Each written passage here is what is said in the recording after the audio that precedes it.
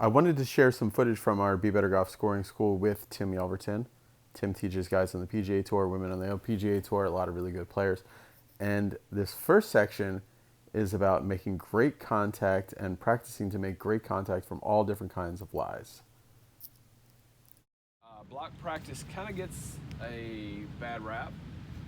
Block practice has its place, there's no doubt about it, but it's early in the process of improvement or of learning, okay?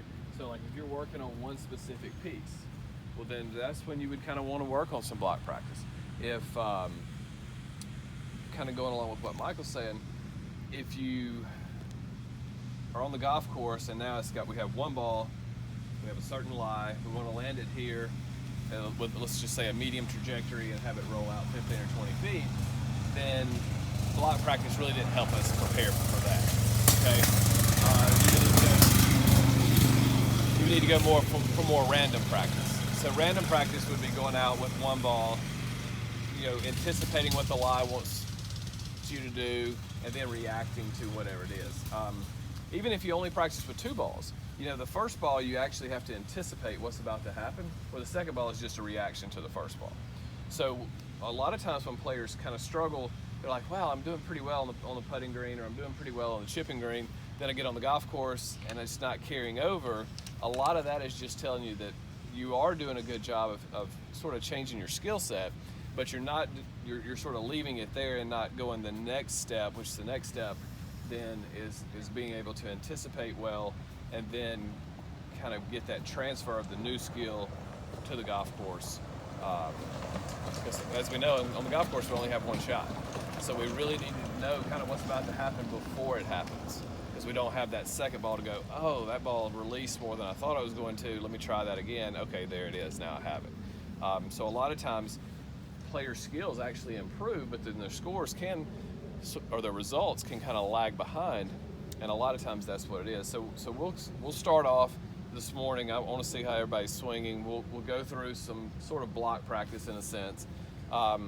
Look at everybody's motion, and then we're going to, especially since we have 4 that have been here before, we'll sort of jump out of that quicker than normal, and then we'll go a little bit more situational, low shots, high shots, bump and runs, things like that, and then we'll just kind of, like I said, I want today to be very open-ended. So if you're like, Tim, look, I'm trying to hit this shot a little bit higher or a little bit shorter or whatever it is, let's jump in and get going with it. Let's don't, I want everybody to leave here better than they came, okay? All right, so what we're gonna do first, I'm gonna start off with no target.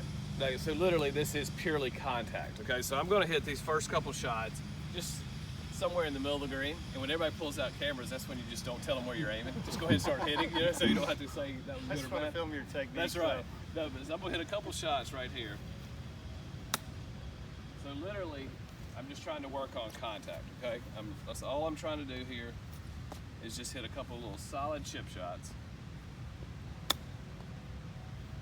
Okay, now, that would be sort of an example of block practice like we were talking about. Now, obviously those are 2 good shots if the flag's there. All right, but now we have 2 different options here. The first one, the flag is probably have 15 feet of green to work with, and then the other one we have 60 feet of green to work with. Okay, so what do we do now? Well, if we want to go to the last one, the ball needs to go farther. So I have 2 options: increase speed or decrease loft. So I'm gonna do a little bit of both. So I'm gonna move the ball back and close the face a little bit. So both of those decrease loft. So now the ball is gonna come out lower and it's gonna go farther. And then I'm gonna increase just a little bit the size of my swing.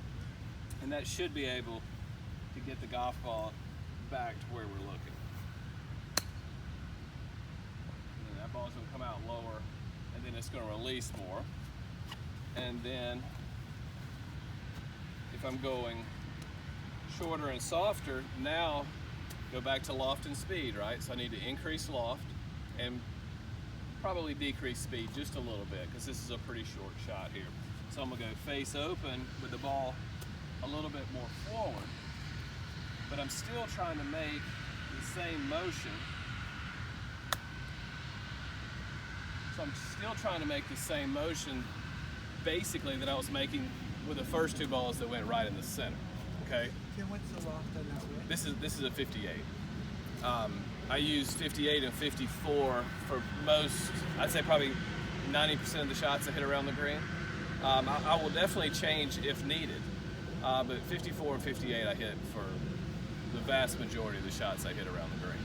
Okay. So what I just did right there was really quickly in 4 balls run through that triangle we were talking about. I started off with contact. I hit a couple shots solid.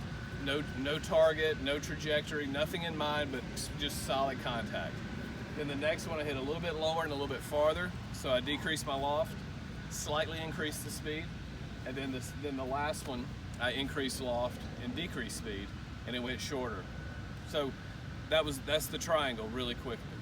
And then after a player can do those things, then the last piece is just being able to anticipate lies. Okay, so anticipating lies would be like, all right, well, we'll just go ahead and start off here.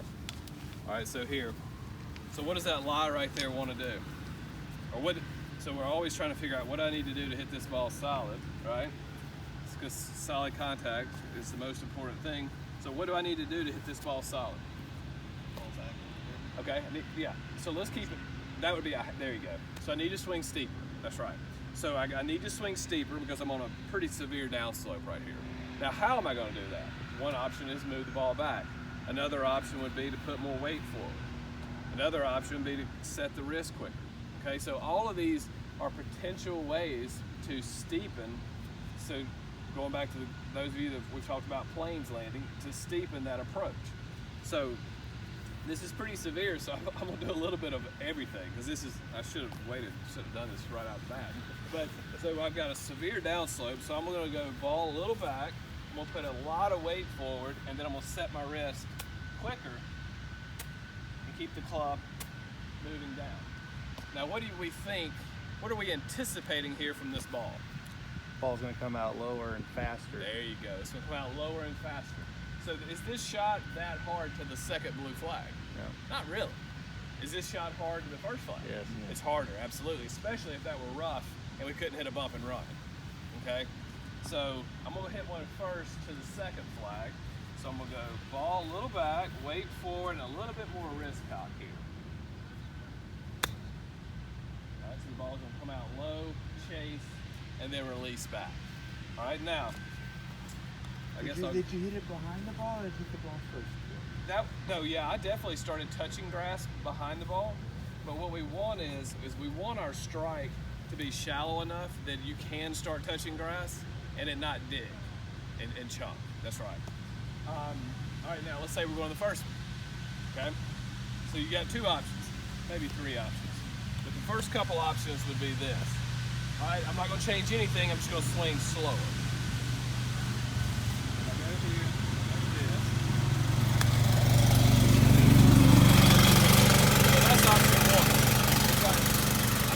Go with what I got to do to hit it solid, and I'm going to try to make a 15 or 20 footer coming back. Okay, option 2 would be now I'm going to do that and I'm going to decrease speed. So I'm going to try to land at the fringe and see if it'll hop up. Okay, close. Carried that ball just a little bit farther than I wanted to. Let's try that one more time.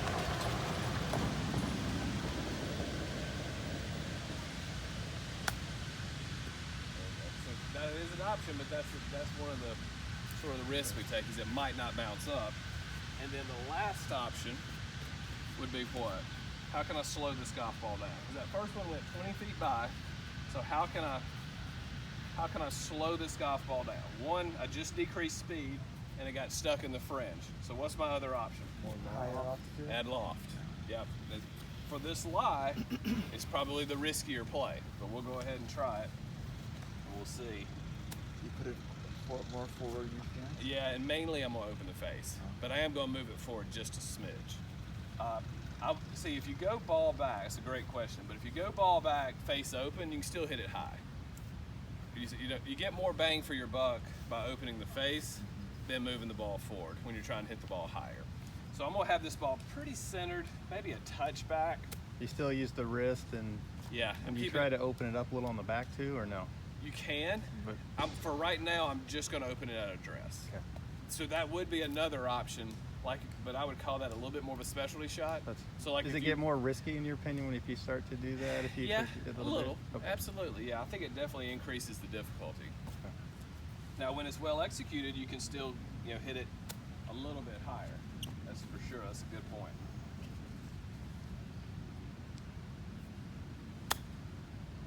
Right. So there we go. Now we got 7-8 feet coming back from a pretty difficult lie to the short-sided hole The location. path that you clubbed, you looked like the face was going that way, more right. How did it didn't really go that far? Right. So that's a good. I love your questions. So the more loft you have on the club face, the less the face dictates where the ball is going left, right. So that's horizontal launch, right? So you can open up a lob wedge and it will only go a fraction to the right. You open up a 3-iron, it's going dead right. Does that make sense? Yeah, yeah. So the more loft that's on this club face, the less it matters where it's looking. Oh. Okay, so the higher lofted clubs, let's just say lob wedge, it's much more about vertical launch. Okay? Then the least lofted club will be the putter, right? So then the more the putter could be just a couple degrees open or closed, and the ball goes way offline. So the more loft you have on a club face, the less it really matters left, right, or horizontal launch, and the more it matters vertical launch. So a closed lob wedge goes low. A closed 7-iron goes left. Now I'm speaking general terms there, but for the most part, more loft you have, the more it's going to dictate vertical launch. So it was your path of the swing. So with that being said, I don't have to swing way left when the face is open. A touch left, sure, just a smidge, but nothing crazy. And also the other piece of that is the lie angle of the golf club. Let me go back to a level lie to demonstrate that. So the more the club, so a stock lob wedge is about 64 degrees lie angle, okay? So the more it goes up, the more the face is pointed to the right, and then the more it goes down, the face is pointed to the left, okay? So if you open the face and lower the handle, they kind of balance each other out from a directional standpoint. Does that make sense? Yeah. So like if that's when you see players on TV, when they're trying to hit it short and high, they'll get the face wide open, then what do? Their hands. They'll lower the hands like this. So now they can still swing shallow. They don't have to swing down and across it so much because the hands are down, which dynamically it closes the club face. Does that make? Yeah. Okay. So going back to, so if we go, so we talked about 5 players in that school that we did at Skylinks? Yeah. Okay. So at Skylinks we said, distance to the ball, stance width, club face, ball position, and then handle height. Those were the kind of the 5 players that we used a lot, right? All right, so if you wanted to hit it low, would you stand closer or farther? Closer. Wider or narrower? Narrower. Ball back, ball forward. Uh-huh. Club face open or closed? Closed. And then handle height, high or low? High. There you go. So that would be this shot right here. So it would be something kind of, well, you got a smart group. So this would be something like this right here, right? Study. So for that length of shot, that's a pretty low lob wedge, right? All right, now if we want to do just the opposite, and we go short and high, then we take those 5 pieces and just flip them. So we go wider, farther from, ball forward, face open, hands lower. So then that would be something that would look a little more like this.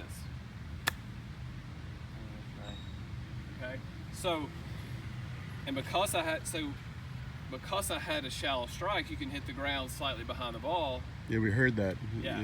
And that's the truth of the matter is like if you want to hit it high, you can't hit ball first. You got to start touching a little bit of ground before. Anytime you hit ball first, you can still hit a great shot, but you could have hit it higher. that too. That's That's a right. PGA. If I hit the ball first when Yeah. I got it open, That's right. it's going down. Yeah, so to the anytime other you look at green. slow-mo swings of somebody hitting it really high, they're going to start brushing the turf before the ball, and then it'll pop up. One Okay. thing, Tim, I wanted to set up like you're going to hit that super high lob shot again. Okay. And don't hit it, just set up. Because this is something different that Tim teaches that from what you hear normally, like really high in the air. Okay.